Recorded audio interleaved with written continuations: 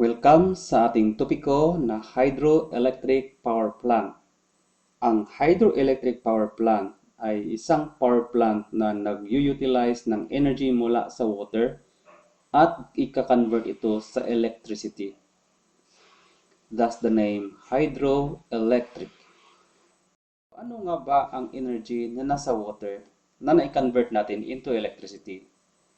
I-consider natin ang pipe na ito na merong or puno ng tubig na dumadaloy.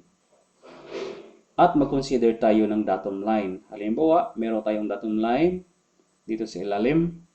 And let us consider a volume of the water somewhere here.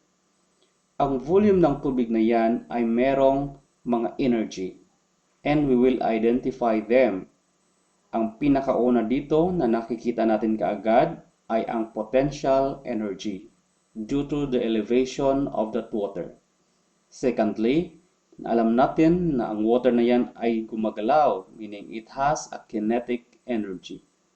And lastly, the pressure of the water in that volume is higher than the pressure of the atmosphere, meaning it has the tendency to push its boundary, meaning meron itong tinatawag na flow work energy due to its pressure. Okay, let us write this energy in our equation. So, ang unang energy natin is the potential energy. The second energy is the kinetic. And the third energy is the energy due to its pressure difference, which is called the flow work. Ang dP natin is the change or the difference in the pressure of the water and the atmosphere, which is of course the gauge pressure. And we can rewrite the volume in terms of the mass of the water. Okay, next tatanungin natin, i-express natin ang energy na ito per unit weight of the water. Okay, kapag sabihin natin ang weight ng tubig na nasa volume na yan is 1 Newton, then what is the energy of 1 Newton of that water? Ibig sabihin, per unit weight ang babasihan natin. So meaning, i-divide natin ang energy na yan by the total weight para ma-determine natin kung ano ang energy per unit weight. So, we will divide all of the term by the weight, total weight, mg. At ito ang makukompute natin. Ang potential energy natin will become Z. Our kinetic energy is V squared over 2G. And our flow work will be pressure gauge over the specific weight. The specific weight of the water is 9.81 kilonewton per cubic meter. And the value of our G, which is the acceleration due to gravity, is 9.81 meter per second square. At ang unit nito, because the unit of energy is in joule and the unit of weight is in Newton, then we can write this as joule per Newton. Or we can rewrite the joule in terms of Newton meter, and then finally we arrive into the final unit, which is meter. Okay, so this is in meter. Kapag sinabi natin na ang energy natin ay 1 meter, it doesn't really mean na meron tayong energy na measured in meter. Ang ibig sabihin nun, kapag merong energy na 1 meter, ibig sabihin 1 joule for every newton of that substance. Yun ang kanyang energy. Okay, and then when we write this final equation and we name it the head of the water. And we identify the three heads. The head of the water consists of first, the elevation head. Second, the kinetic head or the velocity head. And the third is the pressure head. So, kapag meron tayong energy na nandyan, which is in joule per Newton, ano ang total energy ng fluid na nandyan? Of course, the total energy or the power of the water will depend on the total volume. Kasi ang volume na kinonsider natin, itong H, is para lang ito sa 1 Newton ng water. Para i-compute natin ang total na energy, natin or power at that point, i-measure natin kung ilang Newton ang dumadaan dyan per unit time. So, palagay natin there are cubic meter per second. Ano ang unit weight ng cubic meter? Siyempre, i-multiply natin yon ng kanyang specific weight. That is now the total weight of the water passing through that point. Now, each of that unit Newton has an energy of H.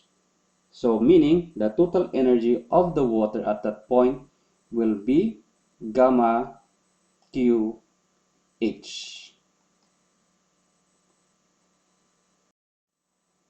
Okay, so let us consider this illustration. Meron tayo ditong tubig.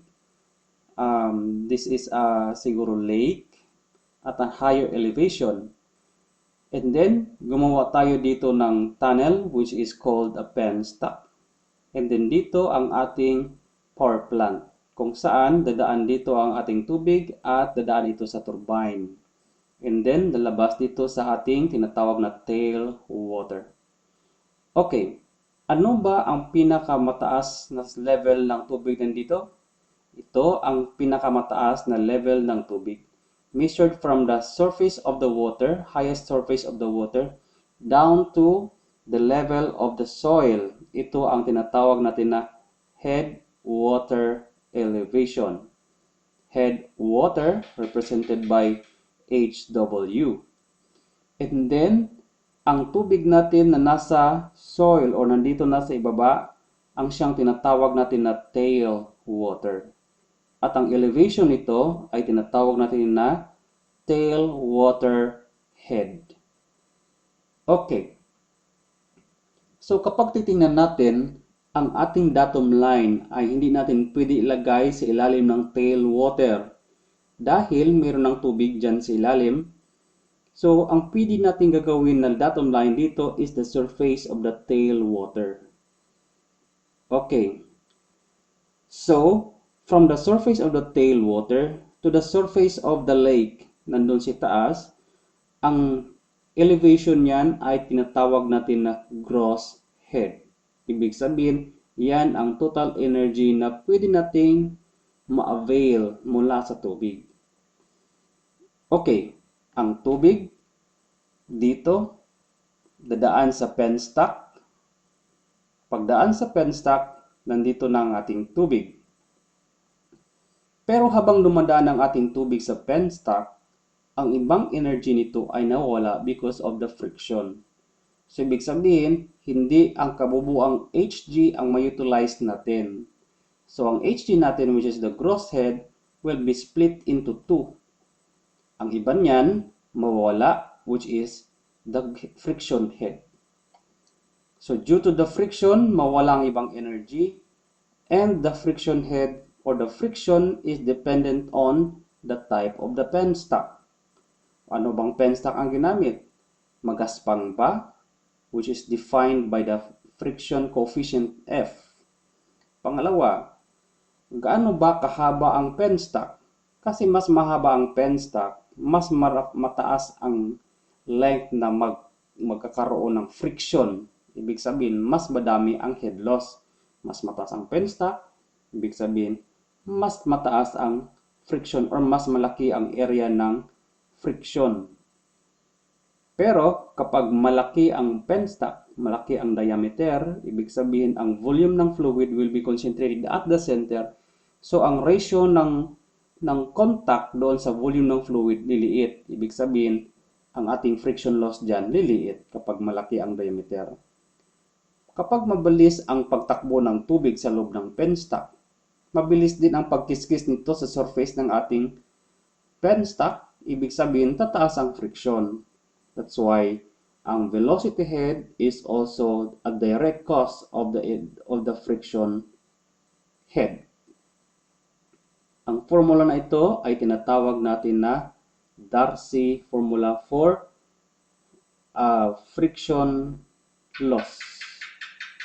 Meron tayong kaparehas na formula, pero it is more than Darcy. Kaya siguro tinawag natin itong Morse. Okay, anyway. Ang isang formula natin ay Morse. Kapag titingnan natin ang value nito, magkaiba lang sila sa first coefficient. Ang Morse kasi merong 4. Um, dahil ito ay more than Darcy. Ang Darcy, walang 2 dyan. So kapag pansin natin, magkaiba lang sila sa first coefficient, which is the number 4. Okay, so kapag meron tayong friction loss, pagdaloy ng tubig mula sa penstock, una, dala-dala nito ang energy na Hg or total head na Hg. Pagdaloy sa penstock, ang iba nito ay mawala in a form of friction loss.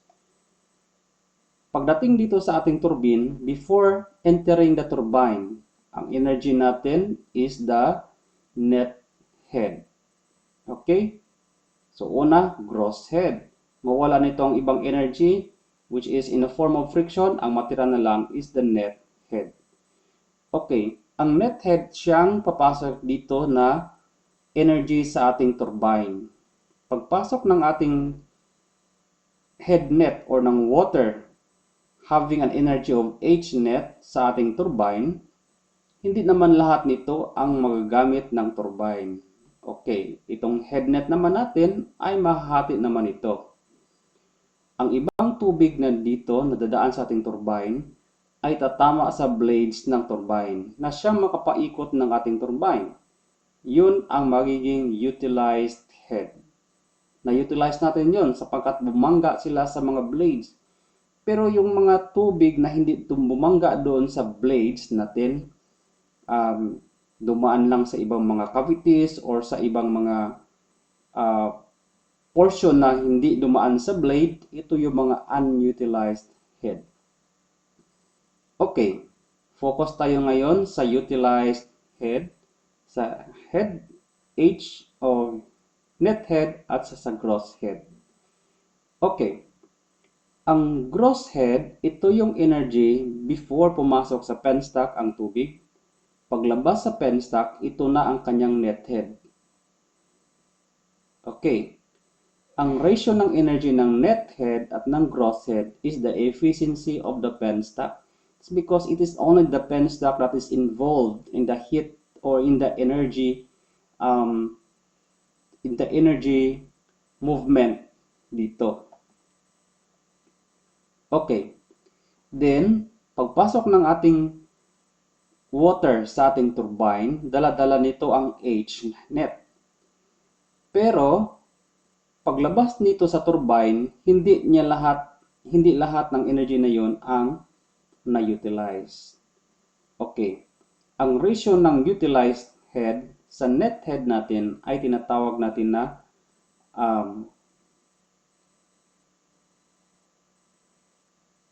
hydraulic efficiency. Okay? So, ang subscript natin is E sub H, which is mean hydraulic efficiency. So, ang tubig, dito ang numerator is ang tubig na yan na utilize compare sa net head natin na pumasok sa turbine. Okay. And then, dito, ang utilized head natin. Ang utilized natin ang siyang energy ng water na na-utilize natin, which is equal to gamma Q and then the utilized head. Okay, itong utilized head natin na bumangga sa ating blades or sa bucket ng ating turbine ay siyang maging dahilan ng pag-ikot ng turbine.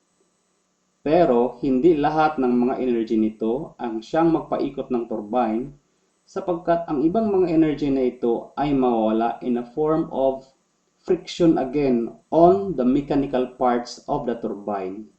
So ang output ng turbine natin is the utilized energy or the PU, utilized power, and multiply that by the mechanical efficiency of the turbine, yun yung output ng ating turbine. And then, ang turbine natin is connected to a electric generator. Again, hindi lahat ng energy natin ma-convert into electricity dahil sa inefficiency ng generator. So energy supplied by the turbine times the efficiency of the generator is the energy of the generator. Okay, merong mga water or source ng energy ng tubig na mayroong mataas na head. For high head source, ang kailangan natin dyan ng mga turbine na ginagamit is tinatawag natin na impulse turbine, kagaya ng Pelton wheel. Okay, halimbawa, meron tayong ditong energy or source na tubig which has an high elevation. So, gagamitin natin dyan, or high head, gagamitin natin dyan ay ang Pelton wheel or impulse turbine. Okay, pagpalagay natin na meron tayong dyang gauge pressure na 10 kilopascals, velocity of 10 meter per second, and an elevation of 30 meters. Kapag i-compute natin ang total energy available dito in the form of head, ito ang ma-compute natin, where your gamma is 9.81 kilonewton per meter cube and the G is 9.81 meter per second squared. Everything is given, substitute lang natin dyan, and this will be our net or our head at this point, 36.1 meter. Okay, dadaloy ang ating tubig mula dyan at pupunta rin dito sa ating pinakadulo ng ating tube.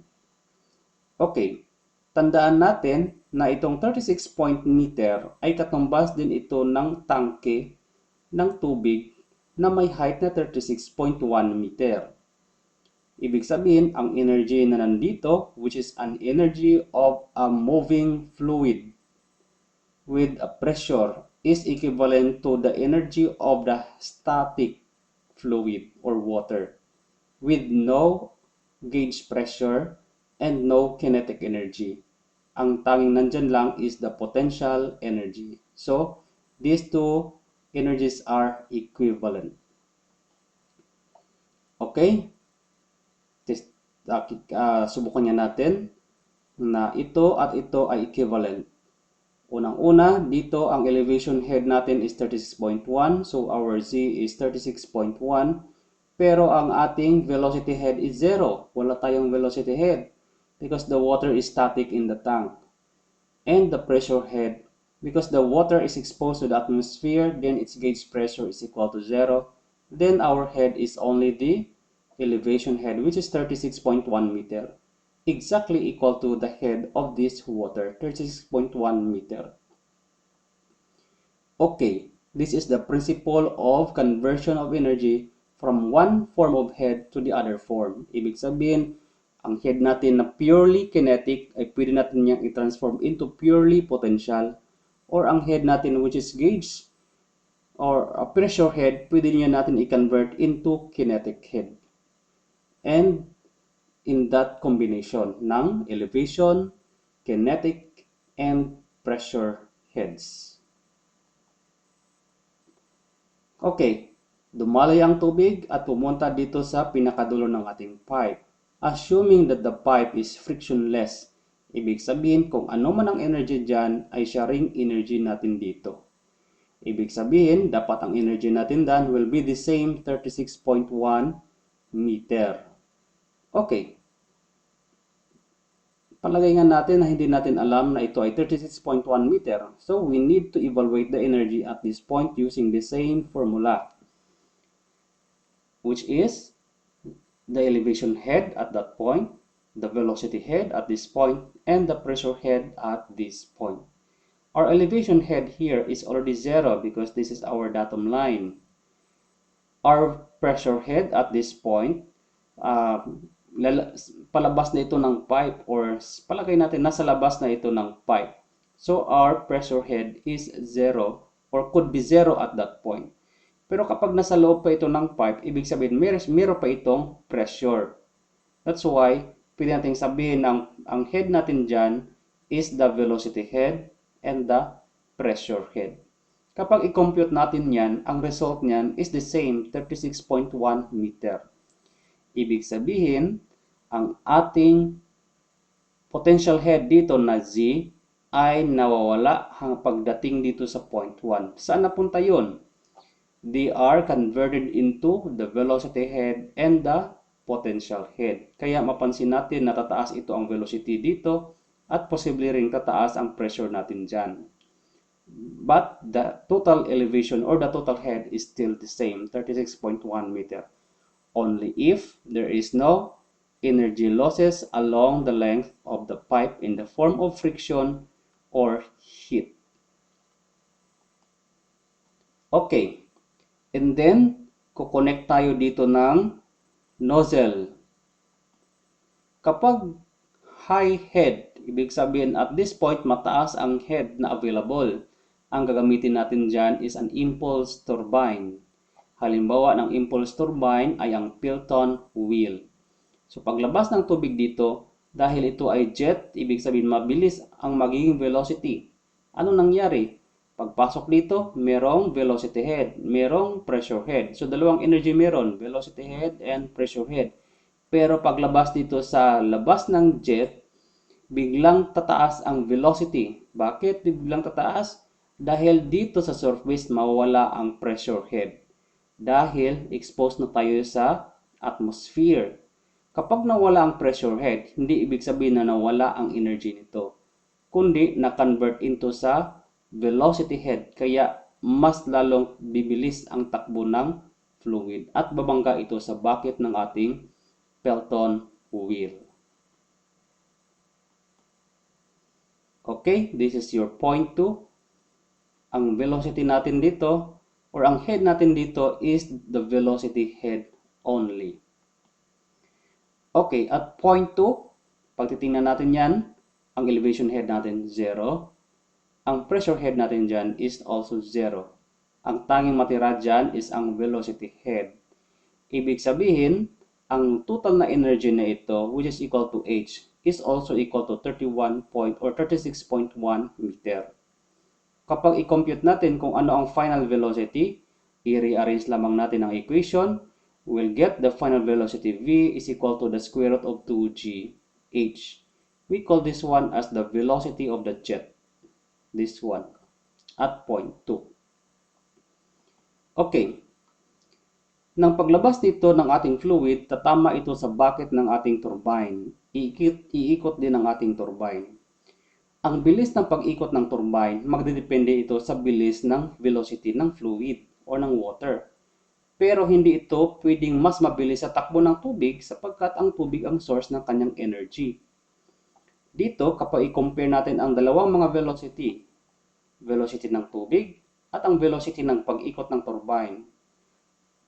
Ang velocity ng pag-ikot ng turbine ay pwede natin ibase sa velocity sa surface ng turbine or dito sa kanyang bucket ang na tinatawag nating or na pwede nating tawagin as the peripheral velocity.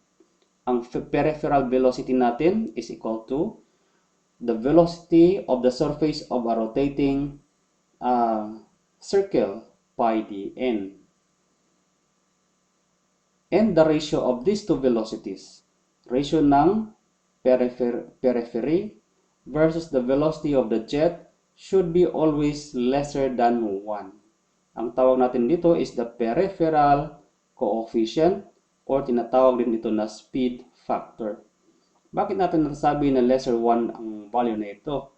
Sapagkat ang velocity ng jet ay palagi mas mataas sa velocities ng periphery ng turbine. Sapagkat ang turbine ay kumukuha lamang ng energy mula sa jet, hindi pwedeng mas mabilis ang kanyang takbo kumpara sa velocity ng jet. Or substituting the velocity of the periphery and the velocity of the jet, we have the speed factor formula or the peripheral coefficient formula, which is this one. Okay, pero kapag meron tayong low head turbine or low head na energy, kagaya ng halimbawa, hindi gaano mataas ang elevation ng tubig, pero malaki ang volume flow rate nito. Ibig sabihin, meron pa ring energy nandyan. Pero dahil hindi nga mabilis ang takbo ng tubig, hindi natin yan pwede gamitan ng Pelton wheel dahil ang Pelton wheel ay gamit lamang kapag mabilis ang velocity ng jet. Kapag mababa lang ang dalo or kapag mababa lang ang height ng tubig, hindi ito enough na mag-produce ng mataas na velocity ng jet. Kaya hindi natin ito gagamitan ng Pelton wheel.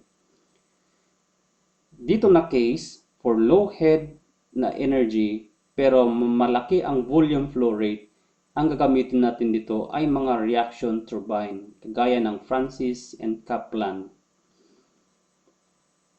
Ang gagawin natin dito sa ating halimbawa, pinakadulo na penstock ng penstock, attach natin dyan ang ating turbine. Okay? And then, meron tayong guide dito na tinatawag natin na draft tube. So, papasok ang tubig dito, paiikutin ng ating turbine, at ang tubig ay exit dito sa ating draft tube. Para medyo mas klaro, titingnan natin at top view ang ating turbine. Sa loob-loob nito ay makikita natin ang umiikot na bucket or blades. Ito, tinatawag natin ito na runner. Umiikot ito dahil tinatamaan ito ng tubig na pumapasok sa loob. Nakapaligid naman ito ang tinatawag natin na guide vanes. So ang tubig pagpasok dito, papasok sa dyan, i-guide ang tubig at babangga dito sa ating runner at iikot ang runner natin. At itong kabuuang system natin ay nakapaloob sa tinatawag natin ng involute or ang casing ng ating turbine. So ito na portion ay katumbas ng portion na ito sa side view. Papasok ang tubig natin dyan, ang iba babangga rito, ang iba dito rin, ang iba dito, at papasok dito, papaikutin ang ating turbine sa loob. Okay. So, at this point, pumasok ang tubig, kinonvert into kinetic energy, paglabas dito at point 2. Okay. So, palagay natin na i-compute natin ang energy at point 1. Ito yung mga energy. We have the potential, kinetic, and the pressure head. At point 2 naman, ito yung mga energy natin. Ganun din. Pero at point 2, ang ating elevation head dyan, palagay natin ang datum line natin ay ito. Ang ating elevation head dyan is equal to 0. Ang ating velocity head dyan is, assume natin is 0. Pero depende na yan sa actual na situation. Baka mayroong ibigay na velocity at exit of the draft tube. And the pressure at the exit of the draft tube is, most of the time, is 0, which is the atmospheric pressure. So, the head at point 2 is equal to 0. So, ibig sabihin, pwede natin sabihin na ang head ng ating turbine is equal to the head available at point 1.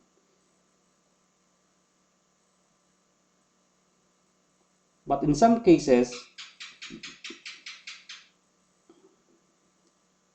okay, where Z1 is the distance from our datum line up to this line. Okay. So, paano nga ba ang pagpili ng mga turbine? Kailan natin gagamitin ang Kaplan, Francis, at Pelton? Meron tayong tatlong basihan sa pagpili ng ating turbine. Una, ang kanyang head or total head. Pangalawa is ang volume flow rate or discharge rate. At ang pangatlo naman ay ang specific speed. Okay, introduce natin ang ating mga turbine. Nandito si Kaplan, si Francis, at si Pelton. Pansinin ang mga turbine na ito at pansinin ang kanilang mga pangangatawan. Diyan din natin i-relate ang ating mga turbine. Unang-una para kay Kaplan.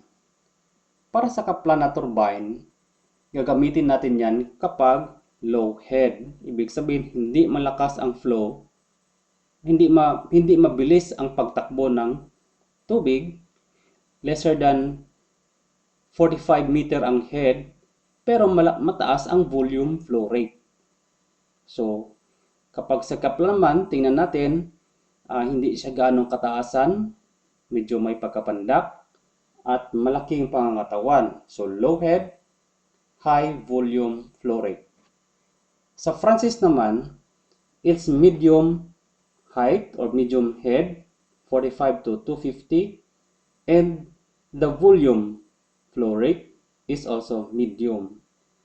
Kapag Pelton naman, kagaya ng uh, uh, for impulse, kagaya ng Pelton turbine, that is for high head, higher than 250 meters, pero low discharge. So maliit lang ang volume flow rate, pero mataas ang velocity ng jet. Okay, isa pang basihan natin sa pagpili ng turbine ay base sa specific speed. Kapag ang specific speed natin, okay, later on i-discuss natin ang formula ng specific speed. Okay, kapag titingnan natin sa kay Kaplan na case, iguhit natin dito ang drawing or ang curve ng increasing head. Okay, meron tayong datum line dito or axis. This is increasing head. And then meron din tayong line dito which is decreasing discharge. So from a higher discharge to lower discharge. Here we have from lower head to higher head. Ang specific speed natin ay minimum at minimum. This is the specific speed. Minimum ang specific speed kapag ang head ay low at ang discharge ay high. Okay, pagpansin natin, low dito ang head, ang discharge natin dyan is high. At ang distansya na ito ay pwede nating sabing magrepresenta ng ating specific speed, which is 400. Samantala, kapag ang head naman ay mataas, pero ang discharge ay mababa, ang specific speed natin dyan ay mataas. Ayan, pagtingnan natin. Which is also true for Francis and Pelton.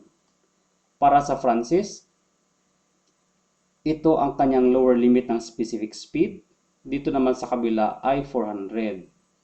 Para sa Pelton, this is 4 and this is 60. At hindi ito mahirap tandaan, no? Sapagkat kung gaano kalaki ang katawan ng mga turbine na ito, ay siya ring katumbas ng kanilang mga specific speeds. Tandaan natin na kapag ang ating turbine ay Francis, tandaan natin, meron tayo ditong 4, 60, 60, 400, 400, 1,200. Ibig sabihin, itong mga numero na itong dalawa ay magkaparehas. Ito ay magkaparehas. So, madaling matandaan ang specific speed natin. Dalawang number lang ang tandaan natin. Itong 60 at itong 400. So kapag alam mo na ito 60, obviously this is already 60, then that number must be below 60. If this is 60, and then that is 400, obviously this must be 400. At kung 400 yan, ibig sabihin this must be greater than 400. At tandaan, kung si Pelton, ibig sabihin payat. Ibig sabihin ang specific speed maliit din, 4 and then 60. Kapag specific speed naman ni Francis, katamtaman, 60, and then 400. Kapag dito naman sa Kaplan, mataas, ang kanyang width ng kanyang specific speeds. Para sa heads naman, ito ang pwede mong tandaan. Medium head lang, 45 to 50. Kapag mataas sa 250, high head na yon. Kapag below ng 45, meaning low head na yon. Okay, so dito naman tayo sa computation ng specific speed ng turbine. At ano ang ibig sabihin ng specific speed ng turbine? Meron tayong turbine dito na merong speed na 96 RPM. Meron itong power na 4 HP at merong itong head na 16 feet. Ipagpalagay natin na ang set ng numbers na ito ay nakapagbuo ng maximum efficiency ng ating turbine. Ibig sabihin, Kapag baguhin natin ang isa or dalawa or tatlo sa mga number na ito, ay liliit ang ating efficiency. Halimbawa, kapag binago natin ang head, liniliit natin ito or pinalaki man, bababa ang efficiency. Or kapag pinataas natin ang power or binaba ang power, liliit ang efficiency. O kaya kapag pinataas natin ang RPM or pinaliit din natin ang RPM, liliit ang efficiency. So, ang set ng number na ito ng 96, 4 at 16, ito na ang pinaka malaking efficiency na ma-output ng ating turbine. Merong characteristic number na pwede natin i-compute mula sa numero ng mga ito. Ito ang tinatawag natin na specific speed at ito ang ating formula. So, ang ating N is 96, ang power is 4, at ang head natin ay 16, at makompute natin ang specific speed, which is 6 RPM. Ano ang ibig sabihin ng 6 RPM? Ang ibig sabihin ng 6 RPM, this is the RPM of a geometrically similar turbine, which power is equal to 1 HP and head is equal to 1 foot. So meaning, this turbine, which head is equal to 1 foot and power of 1 HP, if this turbine is working at its most efficient performance, then its RPM must be 6 RPM. Yun ang ibig sabihin ng specific speed. So, paano natin ginagamit ang specific speed? Ang specific speed ginagamit lamang sa mga geometrically similar turbine. Halimbawa, meron tayo ditong pangatlong turbine. This turbine is now much larger than the original one. Palagay natin na meron itong power na 9 at meron itong head na 81 feet. Or meron itong power na 9 at ang head available is 81 feet. Ano dapat ang ating RPM? Okay, alam natin na ang ating performance ng ating pump magdepende sa tatlong mga numero, power, head, at RPM. So, merong saktong kombinasyon ng tatlong mga numero na ito na makapag-produce ng maximum efficiency. So, dito, para i-compute natin kung ano dapat ang kanyang RPM, ay dapat piliin ito natin ng tama. So, ano dapat ang kanyang RPM? So, ang RPM natin dito, i-compute natin base sa specific speed. Okay, which is equal to 6 RPM. Dahil ang pump or ang turbine na ito is geometrically similar to this turbine, then kung ano ang specific speed ng or ano ang speed ng turbine na ito ay sharing dapat na specific speed dito upang ang kanyang output is already at its maximum efficiency. So, para ma-compute natin N, itong formula ng ating specific speed. So, ang tanging unknown dito is ang N sapagkat meron na tayong power na 9 at ang head natin ay 81, ang N lang unknown, and our speed is 486 RPM. So, this turbine should have a speed of 486 RPM in such a way that it's working at its maximum efficiency, which is equal to the efficiency of this turbine and that turbine. So, ang lahat ng mga geometrically similar na mga turbine, kapag ang kanilang specific speed ay kinompute base sa kapag ang kanilang RPM nila ay kinompute natin base sa specific speed ng ating base turbine, then lahat ng mga turbine na ito ay may kaparehas na efficiency, which is the maximum efficiency.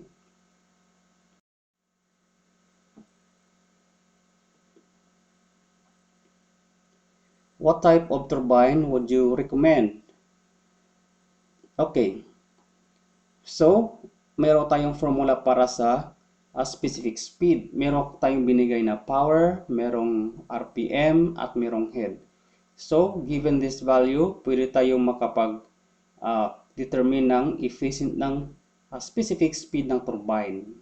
Okay? So, ito yung formula natin. Ang N is 514, 1,000 ang ating power in HP, at ang head natin is in foot. So make sure na ang ating unit must be in RPM and the Value here must be in HP and this is in head.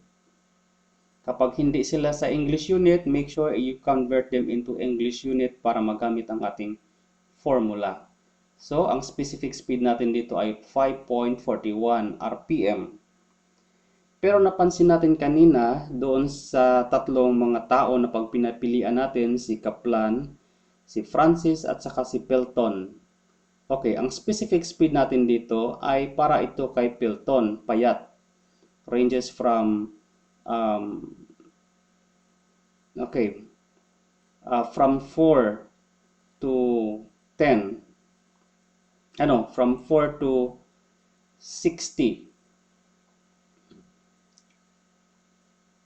So, ibig sabihin, ang gagamitin natin dito ay impulse turbine. Dahil ang Pelton ay an impulse turbine. Okay?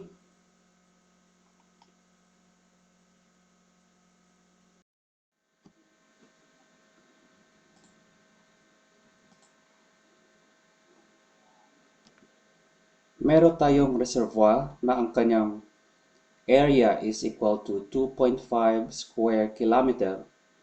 Para sa computation na ito, i-express natin ito in terms of meter square na area. Alam natin na ang isang kilometro ay mayroong 1,000 metros. Ibig sabihin, pwede natin isulat ang area natin as 2.5 times 1,000 meter is 1 kilometer. Kapag square natin yan, that is kilometer square. Sapagkat ito na ay in terms of meter, so 1 kilometer square is equal to 1,000 square meter square. So, our total area will be 2.5 million meter square. Ang cross head ng ating dam or water is 200 meter and then meron tayong plant, hydroelectric plant. Ang hydraulic efficiency nito ay 75%. At it is directly coupled to a generator. So, pagpalagay lang natin na directly coupled ito, for the sake of this purposes, nilagyan natin ito ng belt para mapakita natin na meron tayong generator ng output nito ay 20,000 kilowatts. The efficiency of the generator is 87%. Ngayon, gusto nating i-compute after 2 hours kung gaano ba kadami ang ibinaba ng tubig dito sa ating reservoir. Okay. Ang dami ng tubig na bumaba, depende ito sa kung ano ang output na energy ng plant. Kapag ang energy output ng plant ay 0, ibig sabihin walang energy na bumaba. So, ang energy na bumaba is equal to the energy generation of the plant, gamma QH. Ang P natin, which is gamma QH, unang-una, paglabas ng tubig dito sa ating nozzle, ang energy nito ay gamma QH. Kung saan ang H natin ay siyang net head natin na 200 meter. Ang net head natin ay 200 meter. Siya rin ang ating gross head sapagkat wala namang sinabing merong friction losses sa ating penstock. So, ang H natin dito ay 200 meters na siyang ating isa-substitute dito sa ating H mamaya. Pero nang bumangga ito ang tubig natin dito sa ating buckets ng ating turbine, ang iba nito ay hindi bumangga at lumampas lamang sa ating bucket or in some reason hindi natin na utilize ang energy ng tubig na iyon. Ang amount ng energy na tumama dito ay 75 or ang energy ng tubig na utilize natin dito ay 75%. Ito yung hydraulic efficiency. So ibig sabihin ang energy na na-impart natin dito sa ating turbine is 75% ng gamma QH dito sa tubig before heating the turbine. Okay, ito iyon. Pero paglabas dito sa ating turbine, pinaikit nito ang ating generator. Ang ating generator meron din siyang inefficiency. Kaya paglabas sa generator, ang power na na-generate niya is already net of 87% na efficiency. So times pa rin natin yan ng 87% na efficiency, ito na ang magiging power ng ating generator. Okay, so i-determine muna natin kung ano ang ating net head dito. Ang net head natin, kanina sinabi natin that is the head of the water here, which is equal to 200 meters sapagkat wala namang energy losses along the penstock. And then, ang at H1, 200 meter ang energy dyan. At this point H, ang energy natin dyan is also 200 meters. And then, pwede natin i-compute ang ating power. Okay, the output of the generator is 20,000 kilowatt. So given yan, mayroon din tayong head at mayroon din tayong hydraulic efficiency. Ang head is 200, hydraulic efficiency 75, and generator efficiency is 87%. The only unknown here is the Q, meaning makompute natin kung ano ang volume flow rate ng water para makapag-generate tayo ng energy na 20,000 kilowatt. Sabi dito, sa bawat segundo ay kailangan nating kukuha ng 15.62 cubic meter of water from the reservoir. So, ilang segundo ba tayo mag-operate? For 2 hours. Ibig sabihin, ilang 15.62 meron. Depende kung ilang segundo sa 2 oras. Within 2 hours, ito ang dami ng tubig na ating makukuha sa reservoir.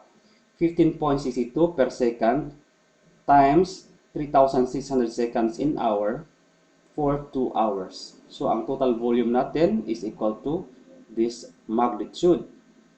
Ang volume natin, kukunin natin ito dito sa ating reservoir. Kapag i-compute natin kung gaano kalaki or kataas ang na-drop nito, ay i-compute lamang natin ang volume na iyon ng tubig.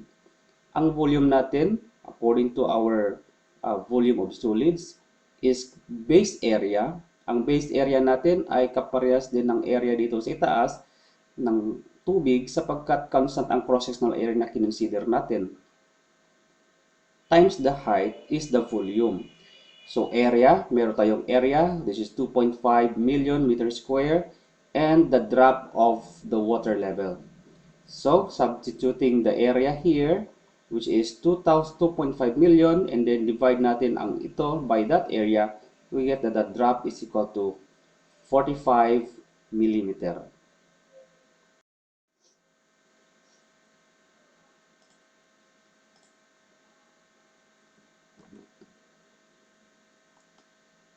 Meron tayong hydroelectric power plant na in-install natin doon sa Maria Cristina Falls. Sa taas or sa Maria Cristina, doon sa taas meron tayong reservoir at ang height nito ay 140 meter. This is the gross head. In-install natin ito ng power plant kung saan ang efficiency ng ating turbine ay 95%. Ang energy nito ay ginamit natin upang paikutin or patakbuhin natin ang ating generator na mayroong efficiency na 95%. Ngayon, gusto nating i-compute kung ano ang income natin sa buong taon. Para malaman natin kung ano ang income natin sa buong taon, ay kailangan natin kung ano ang amount ng energy na na-generate natin sa buong taon. Pero bago natin makompute yan, ay kailangan natin i-compute kung magkano ang amount ng energy na na-generate natin sa bawat segundo, which is yung kilowatt. Okay, ang energy na ma-generate natin dito is gamma QH. Ang H natin is the net head, which is the gross head, sapagkat walang friction losses na sinabi ang problem natin along the length of the penstock. And ang tubig natin, lahat ng energy nito ay na-utilize ng turbine. Dahil hindi naman nag-mention ng hydraulic efficiency, ibig sabihin lahat ng tubig nito ay nasa loob ng ating bucket. Pero nang umikot ang ating turbine, ang ibang mga energy nito ay nawawala sapagkat ang ating turbine ay mayroon ding sariling mga friction. Kaya ang energy na kinuha niya mula sa tubig, ang natira noon ay only 95% according to its um, mechanical efficiency. And then, ang energy na natira ay ginamit upang paikutin natin ang ating generator, kung saan 95% naman nun ang nawawala at ang net output natin ay siyang ginamit natin para i-distribute natin sa mga community. Ang tanong, ano ang amount ng energy na ma-generate natin for the whole year? Okay, nandito na tayo sa taas. So, ang energy na ma-generate natin is gamma QH times the turbine efficiency times the generator efficiency. Kung saan, ang H is 140 meter at ang hydraulic efficiency 95, ang turbine efficiency is 95 at ang generator efficiency is also 95. And the volume flow rate is 1 cubic meter per second. So, makompute na natin ang ating power generated by the generator, which is equal to this amount. Pero, gusto natin i-compute ang total energy in a year. So, pwede natin iyan i-express ang kilowatt into kilojoule per second. Pero kasi, ang cost ng power na binigay ay kilowatt hour, hindi in terms of kilojoule. So, para maging uniform ang kanilang unit, i-multiply na lang natin ito kung ilang hours sa isang taon. Sa isang taon, merong 8,760 na mga hours. So, kapag i-multiply natin ito dito, ang makukuha natin is that the generated energy for the whole year is 1,239.5 kilowatt times 8,760 hour, and the result is this amount of energy in kilowatt hours. Bawat kilowatt hour nito ay nakakahalaga ng 0.6 pesos. So, i-compute natin magkano ang amount na ito in peso. So, ang income natin times 0.6 peso per kilowatt hour, and our income for year is 6.5 million.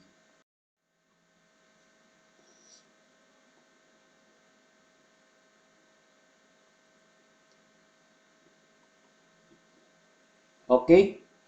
So, unang-una, ang difference ng elevation natin dito is 140 feet. And then, during the testing, ang pressure head dito sa point 2 is 130 feet. Ang diameter ng penstock natin is 35. Okay. Ang original na energy dito sa itaas is purely the static head or the elevation head. Hindi naman gumagalaw dito ang tubig at exposed dito sa atmosphere. Ibig sabihin kung ano ang elevation nito, ang siyang din ang ating net head dito sa point 1. Nang dumalay ang tubig natin sa ating penstock, ang ibang mga energy nito ay nawawala kaya or posibleng mawawala. At pagdating dito, maaring iba na ang total energy. So, para malaman natin kung gaano ka-efficient ang ating penstock or para malaman natin kung meron nga bang energy na nawawala dito sa ating penstock, ay i-compute natin kung ano ang energy sa point 1 at ikumpara natin ito sa energy at point 2. Sa point 1, ang energy natin dyan ay tanging elevation head lamang, 140 feet. At point 2, merong ibinigay na pressure head na 130 feet. Pero maliban dyan, alam natin na ang tubig natin dito ay tumatakbo. Dito sa taas, ang tubig natin ay nasa surface pa lamang, hindi ito tumatakbo. Kaya ang velocity dyan, 0. Pero dito, meron itong velocity sapagkat mayroong na-mention na discharge rate. So, maliban sa pressure head, meron din tayong velocity head. So, ito ang nagko-comprise ng ating energy at point 2. Ang ating pressure head, 130 feet. Ang ating velocity head na naman, makompute natin gamit sa continuity equation ng volume flow rate is equal to cross-sectional area times the velocity. Okay, meron tayong volume flow rate na 50. Ang area natin, pwede natin i-compute. Ang area natin is that area of the cross-section of the penstock, pi d square over 4 times the velocity, of course. Okay, the volume flow rate is 50 cubic feet per second and the diameter is 35 inches. We express that in foot. we divide it by 12. So with Q given and D given, we can now compute our velocity at that point, and we found that it is equal to 7.5 feet per second. Okay, so meaning makompute na natin ang ating H2. Ang H2 natin is pressure head 130 plus 7.5 square divided by 2G. Ang value ng 2G natin dito, kapag SI, that is 9.81 meter per second square. Kapag ito naman ay English, that is 32.2 feet per second square. So, dapat ang gagamitin natin dyan ay 32.2. Ang labas natin na head is 130.9. Okay, ikumpara natin ang dalawang mga heads. Ang efficiency ng penstock natin magdedepende ito sa energy before entering the penstock and the energy after exiting the penstock. After exiting the penstock, the energy is H2. Before entering the penstock, the energy is equal to H1. And that is equal to 130.9 divided 140, or an efficiency of 94%.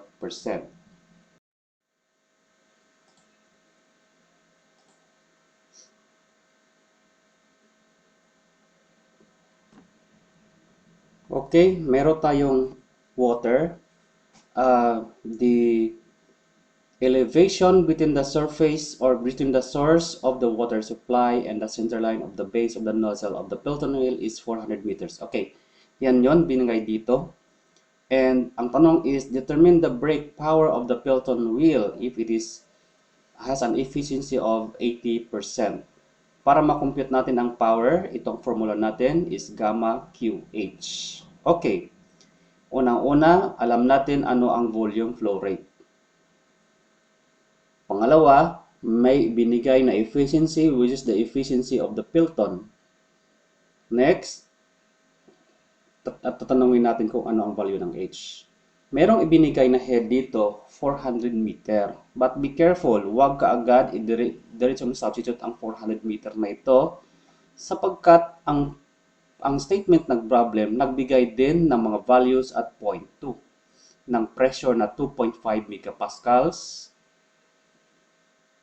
at nagbigay din ng volume flow rate. If that is the case, ibig sabihin, pwede tayo mag-compute dito ng bagong head. Okay, at point 2, ito yung mga values. Mayroong volume flow rate na 1.7 cubic meter per second. Merong pressure head na 2,500 kilopascal. Merong diameter na 1.7 at merong elevation na 0 kapag ito ang ating binasihan as our datum line. Okay, bakit hindi natin kaagad i-substitute ang 400? Dahil sa point 2, nag-mention ang problem na merong pressure gauge dito na 2,500 at meron din ditong velocity sapagkat meron tayong volume flow rate. So, ibig sabihin, dapat muna natin itong i-compute. Baka hindi ito equal sa 400. Kapag hindi ito equal sa 400, ibig sabihin, hindi efficient ang ating penstock or ang efficiency nito ay hindi 100%. Okay, subukan nga natin i-compute ang point 2. Sa point 2, ito ang magiging head natin. Sana nga 400 meters din ito. Titingnan natin. Meron tayong elevation dyan, 0. Meron tayong pressure gauge dyan, 2,500 kilopascals. Pero makompute natin ang velocity natin gamit ang discharge formula. Q is equal to area times velocity. Meron tayong Q, which is 1.7.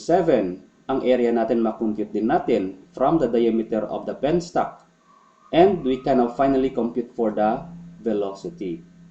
Now, substituting the velocity to the equation and the pressure gauge, makompute natin kung ano ang ating head at point 2.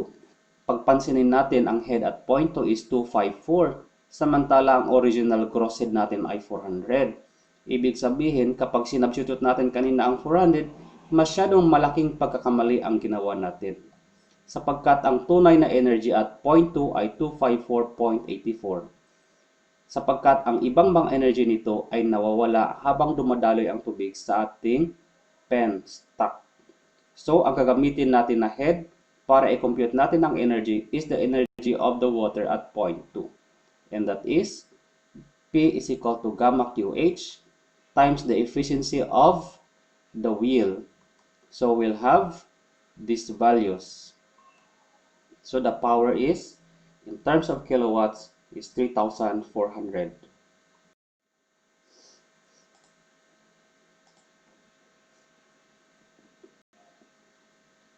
Meron tayong reservoir, ang kanyang catchment area, yung area na sumasalo ng ulan ay 100 square kilometer. I-convert muna natin ito into meter square.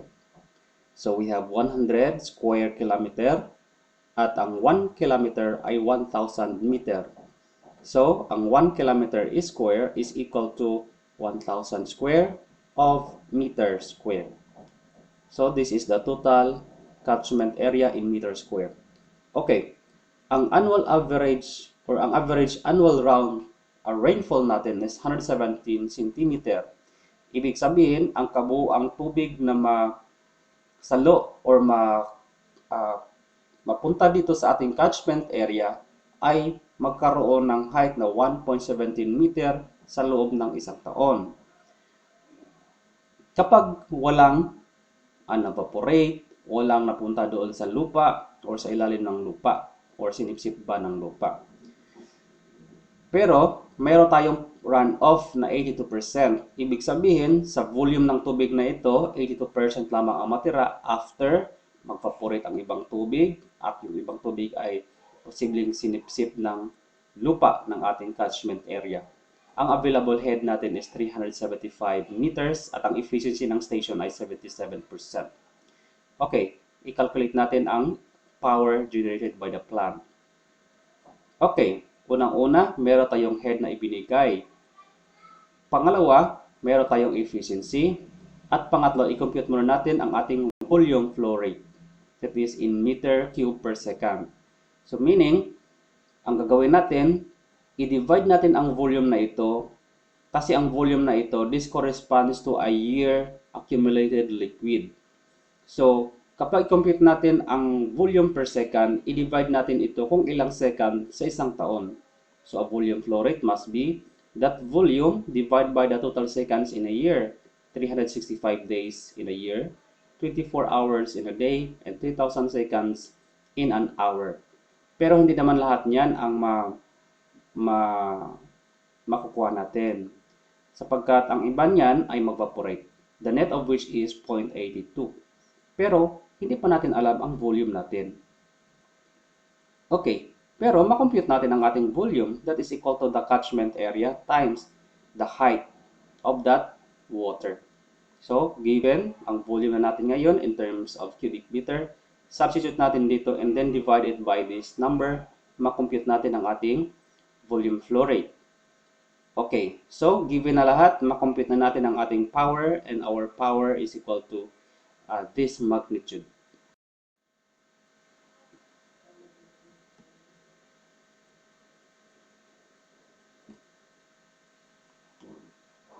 Okay, so meron tayong reaction turbine. May power ito na 500 horsepower, brake horsepower. Meron din flow rate na 50 cubic feet per second. Ang tubig natin at point 1, ang speed nito na pumapasok ay 20 feet per second. Pero at point 1, i-assume natin na ito ang ating datum line at the center of the turbine. Since this is our datum line, ibig sabihin ng ating elevation head dyan is 0 meter. Kapag i-consider naman natin ang ating datum line is at the bottom of the draft tube, so ang ating head dyan ay makompute din natin. It's not 0. But the result will be the same after the calculation. Okay, at this point, ang velocity natin ay 20 feet per second. At ang ating pressure head is 100 feet. Okay. Sa point 2 na naman, ito ang ating mga value. Elevation natin dyan is negative 10 meters. Tingnan natin, ang elevation natin dyan is negative with respect to our datum line from the center of the turbine. Okay? And then, ang velocity natin dyan, hindi naman sinabi sa problem kung ano ang velocity at that point. Maliban lang kapag ibinigay niya kung ano ang volume flow rate at that point at ano ang diameter ng draft tube, ay siyang pwede natin i-compute ang ating velocity. Pero hindi naman binigay, so it is always assumed in many cases na zero ang velocity at the exit of the draft tube. And ang pressure natin dyan is also assumed to be zero in many cases sapagkat paglabas natin o paglabas ng tubig sa draft tube ay exposed na ito sa atmospheric pressure kung saan ang gauge pressure ay zero. So meron na dalawang value. Meron na tayong dalawang point na kumpleto na ang kanilang mga heads. So pwede natin i-compute ang ating uh, head dito. Pero, pagpansinin natin, merong binigay dito na power, 500 brake horsepower. At meron din tayong volume flow rate.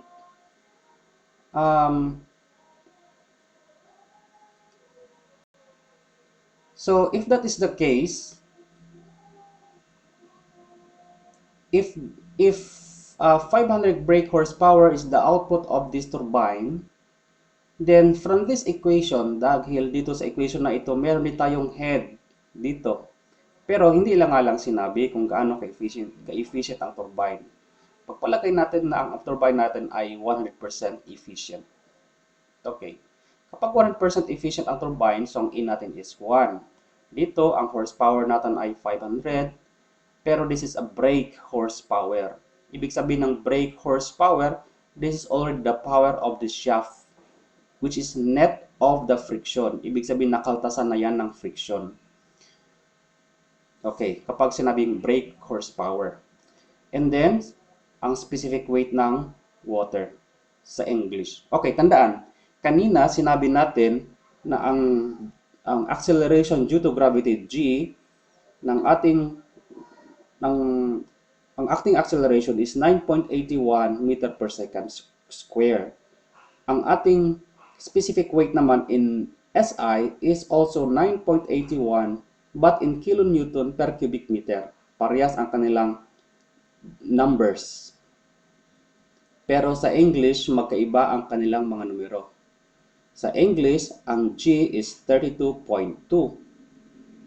feet per second squared. Pero ang ating specific weight ay hindi 32.2. It is 62.4 pound per foot cube. Okay? So, here, makompute natin ang ating power sapagkat given din naman ang ating volume flow rate. Given that 1 horsepower is equal to 33,000 foot-pound per minute and assuming na ang efficiency natin ay 100% efficient. So, makompute natin dyan kung ano ang kanyang head. It is found to be 88.1 feet. Okay, but be careful. Dito, ang 88.1 feet natin, lumabas lang ito sapagkat inassume natin na ang efficiency ay 100%. Okay, pero hindi talaga natin alam kung ano ang tunay na efficiency ng ating turbine. Pero, sapagkat ibinigay naman ang head sa point 1 or ang mga total values at point 1 at pwede rin natin i-compute ang head sa point 2, meaning ang difference ng point 1 at ng point 2 ay siya rin ang ating effective head. Okay, compute nga natin ang head sa point 1 and makompute natin yan, elevation head is 0. This is the velocity head, and we have the pressure head. Ang H1 natin is 106.2 feet. Ang point 2 naman natin, pwede rin natin i-compute ang ating head. Ang elevation head natin dyan is negative 10. Velocity head is 0. Pressure head is 0. Or ang elevation head natin dyan is equal to negative 10 feet. Okay, so kapag i-compute natin ang net head natin, that is H1 minus H2, and that is equal to 116.2 feet. Okay, pagpansin natin ang dalawang mga value. Ang net head base sa dalawang points natin ay 116.2 feet. Samantala, ang kinompute natin base sa output ng ating turbine is 88.1 feet. Ibig sabihin, itong turbine natin, kapag i-compare natin, ang head output ng turbine natin is 88.1. Samantala, ang total available head supposed to be is 106.2. Ibig sabihin, ang turbine natin is hindi 100% efficient. Kasi kapag 100% efficient ang turbine natin, dapat ang head na na-compute natin dito must be 116.2. So, ang sagot natin ay 116.2 feet at hindi ang 88.1. So, ang efficiency pala ng turbine na ito is found to be 76%.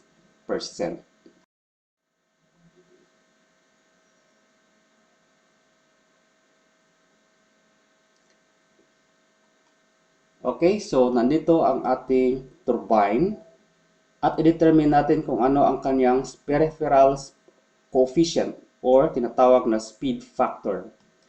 At point 1, ang elevation natin dyan is 0 because we assume that this is our datum line passing through the center of the turbine.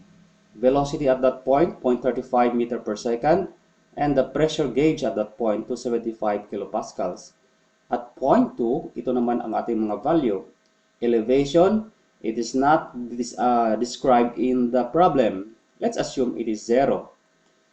Velocity head, it's not also hinted in the problem, so we give it 0.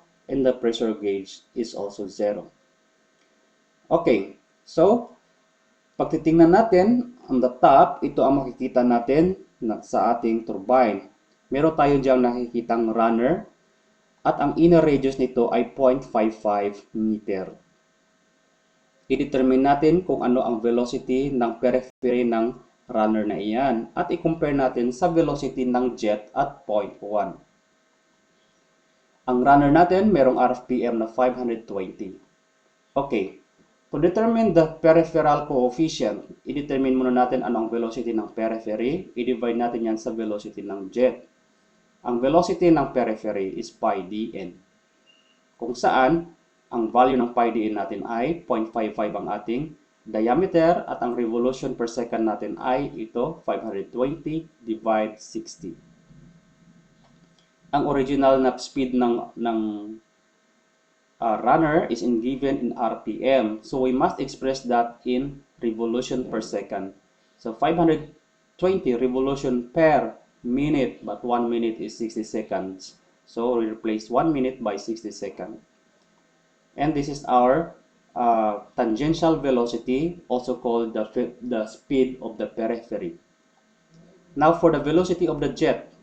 Ang velocity of the jet is the velocity at point 1. Meaning, i-compute natin kung ano ang total head at point 1 at siyang ating i-computan ng ating velocity ng jet. Which is, we have already derived earlier or described earlier that the velocity of the jet is equal to square root of 2gh, where h is the net head at that specific point. At point 1, ang head natin dyan ay ito, elevation 0, velocity 0.35, pressure head is that value, and then our head there is 28.03 meter. Substitute to that equation, makampute natin ang ating velocity ng jet, and that is equal to 23.45. Pagpansinin natin, mas mabilis ang velocity ng jet kumpara sa velocity ng periphery, which is obvious sapagkat ang kinetic energy ng ating runner ay siyang namang kinuha mula sa ating jet. Hindi pwedeng mas malakas pa ang kanyang pag-ikot kumpara sa pagtama ng jet. And this will be our turbine speed factor.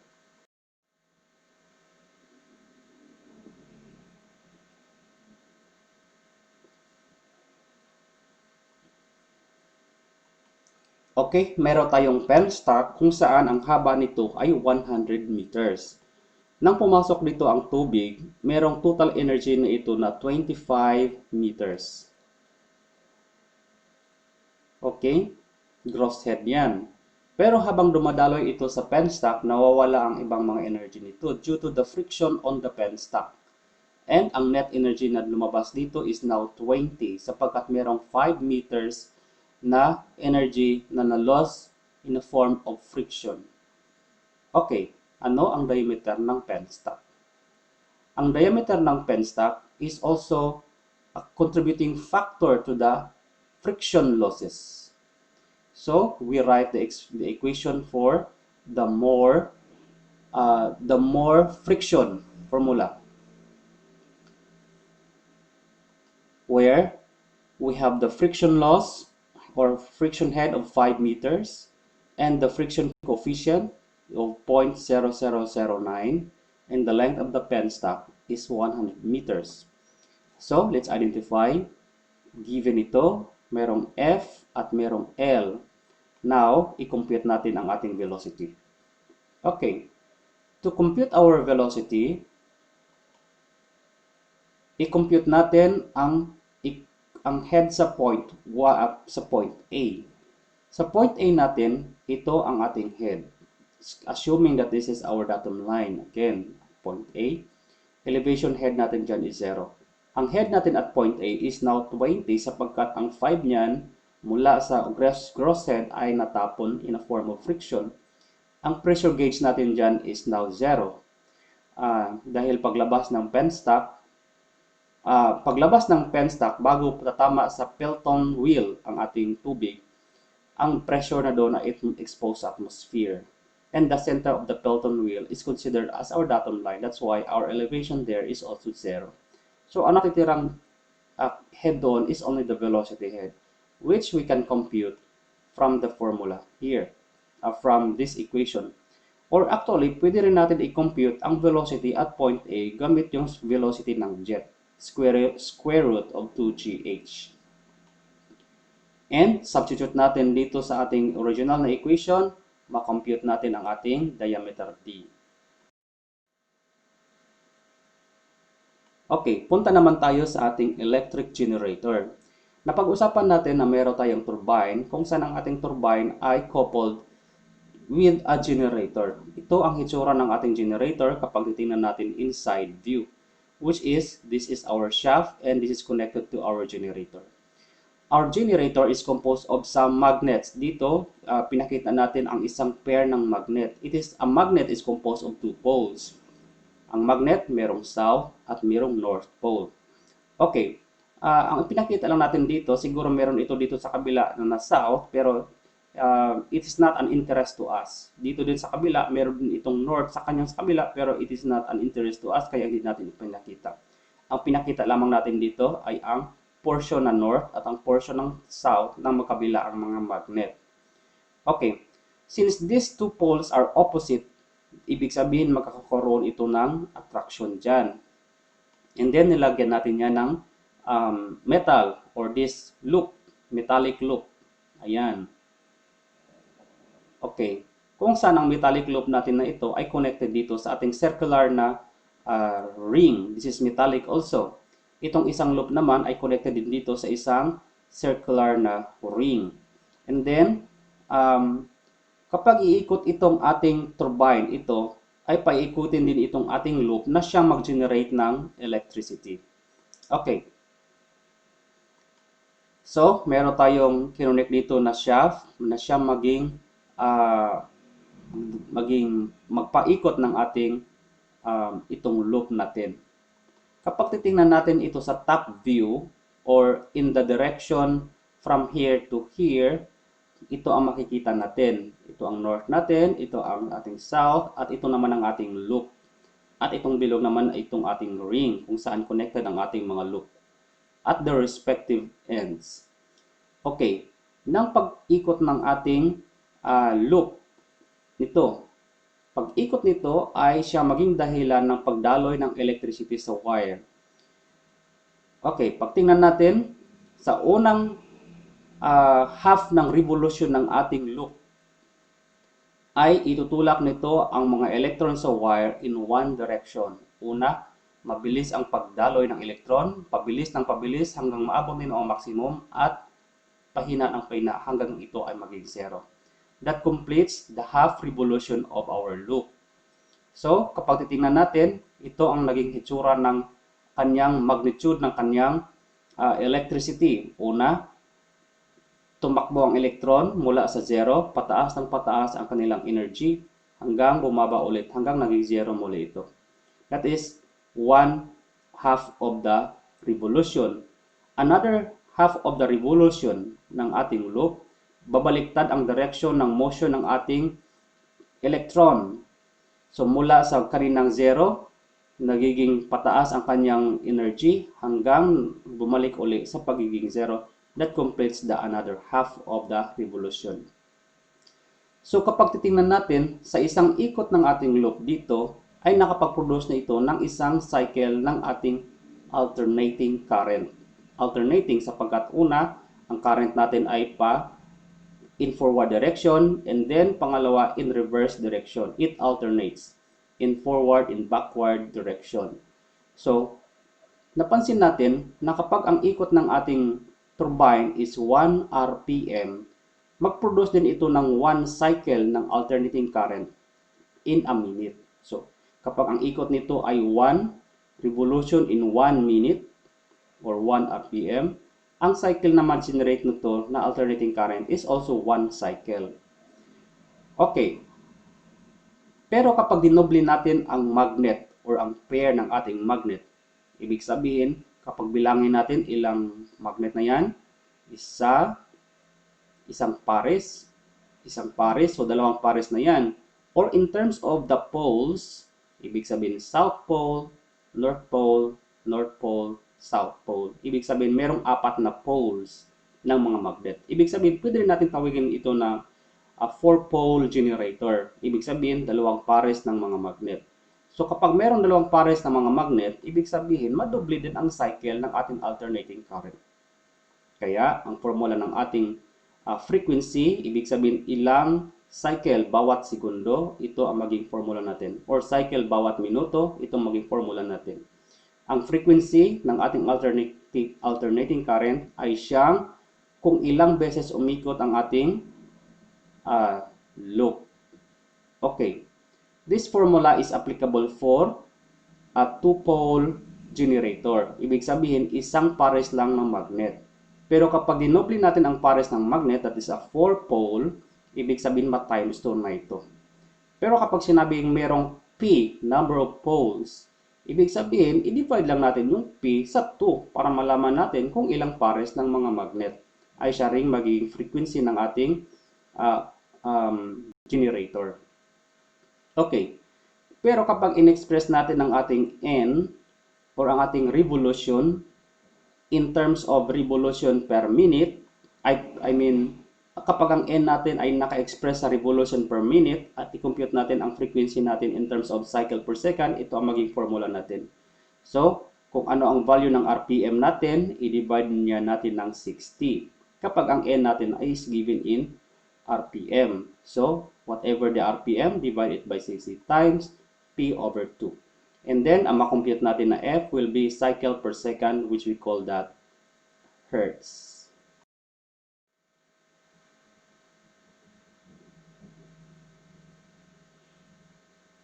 Okay, so nandito naman tayo sa ating another problem. Meron tayo ditong turbine. 24 poles, connected ito dito sa generator natin na 24 pole, 60 Hz, na merong specific speed na 54 RPM na may horsepower na 250. Tanong dito is, what is the required diameter? Assuming a peripheral speed ratio of 0.5. Okay. Doon sa ating generator kanila, wala tayo dito nakikitang diameter na variable. Pero meron tayong makikitang diameter sa speed ratio. Sapagkat sa speed ratio natin or sa peripheral coefficient, ang diameter ng ating runner ay siyang basihan ng velocity ng periphery. Okay. So, we'll have kung saan ang peripheral coefficient is 0.5. So, i-compute natin ngayon kung ano ang ating N. Ang N natin, pwede natin ma-compute sapagkat ibinigay ang number of poles at kung ano ang kanyang cycle per second. Ito ang formula natin. So, meron tayong RPM na, okay, ang N is RPM. I-compute natin yan. Ang P natin, ibinigay. So, this will become 60 ang ating frequency. Ang ating number of poles is 24. So, ma-compute natin ang RPM, which is our N, is equal to 300. So, substitute niya natin doon sa ating N. Now, i-compute naman natin kung ano ang ating H. Pwede natin i-compute ang H natin from the specific speed formula. So, may specific speed naman tayo, may power, and may head. So, we can now compute the head, which is 90.14 feet. Okay, everything is already given. Substitute natin dito sa ating equation. And then finally, we can determine the diameter of the turbine. Or in meter, we have 0.74.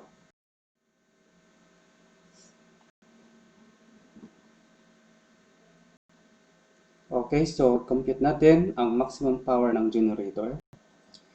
Subukan muna natin gamitin ang formula na ito sa pag-compute ng power ng generator, gamma QH ng water o ng turbine times the efficiency of the generator.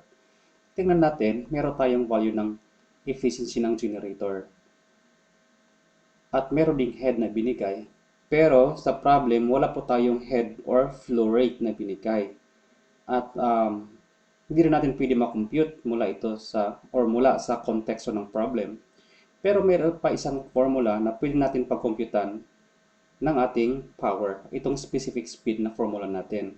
Meron tayong diyang RPM na 85 at meron din tayo dyan na head na 25 meters. Make sure i-convert natin yan sa English. Dapat multiply natin yung 3.28 para magiging feet. And then, meron tayong RPM na 500 RPM. So, makompute natin ang HP natin. Take note ng HP na makompute natin, that is the HP of the turbine. Hindi yan HP ng tubig, sapagkat ang specific speed is a number attached to a turbine. So, ang HP natin must be the output of the turbine. Since this is the output of the turbine and the generator efficiency is 90%, the turbine provides this energy to the generator. We then will have the generator power or the HP of the generator. Multiply it by 0.9 para ma-compute natin. We'll have 158 HP. That is now the output HP of the generator.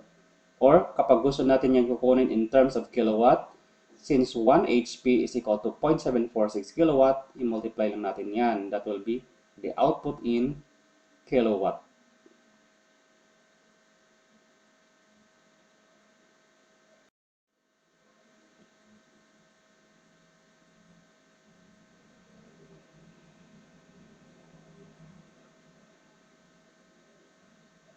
Okay, so dito na problem, merong volume flow rate na binigay.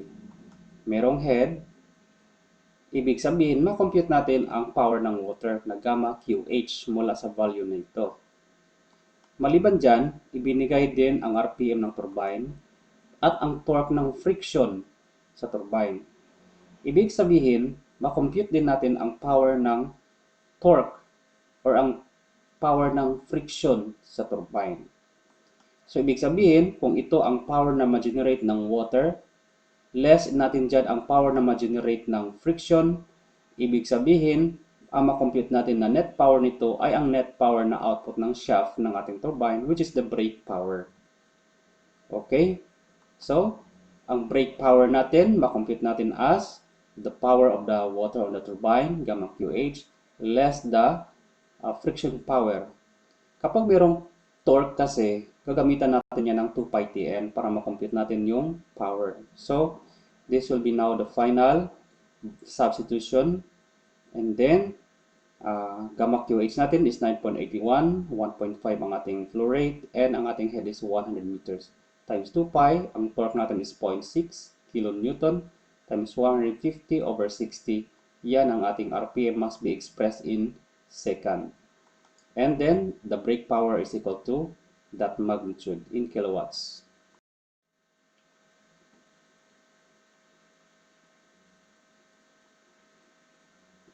Okay. So, meron tayo ditong tank or water.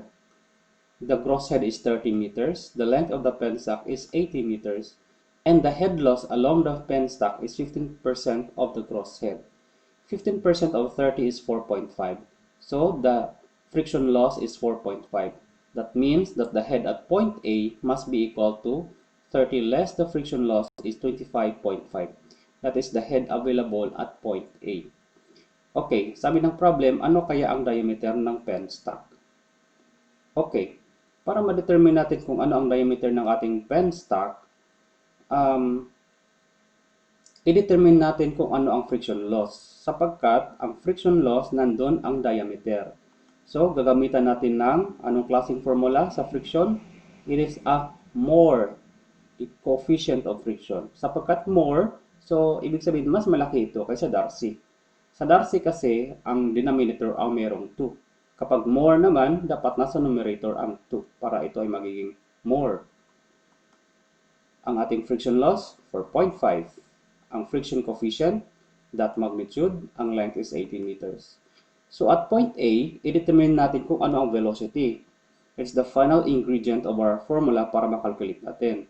Okay, where HA is the net head at point A, which is equal to 25.5. Or pwede rin natin gamitin yung formula natin na square root of 2GH para sa velocity ng jet at point A. Okay?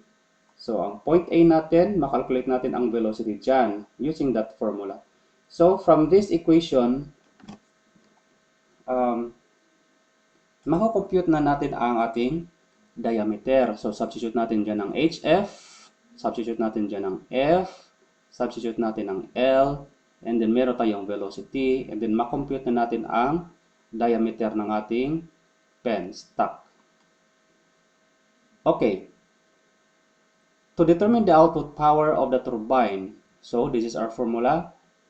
I-determine natin kung ano ang available energy sa point A. That is our H at point A. At alamin muna natin kung ano ang ating volume flow rate. Meron na tayong velocity, ma-determine natin yan. Volume flow rate is area times velocity. Kung saan ang velocity, pwede natin i-compute mula dito or gamitin ang formula na squared to high. And then, or square root of 2GH. Ang diameter naman natin is that value. So, mayroon tayong volume flow rate na 49.94 cubic meter per second. So, substitute natin dito. Ang H natin is 25.5. Ang Q natin is 49.94. Then, we'll have this as our output power.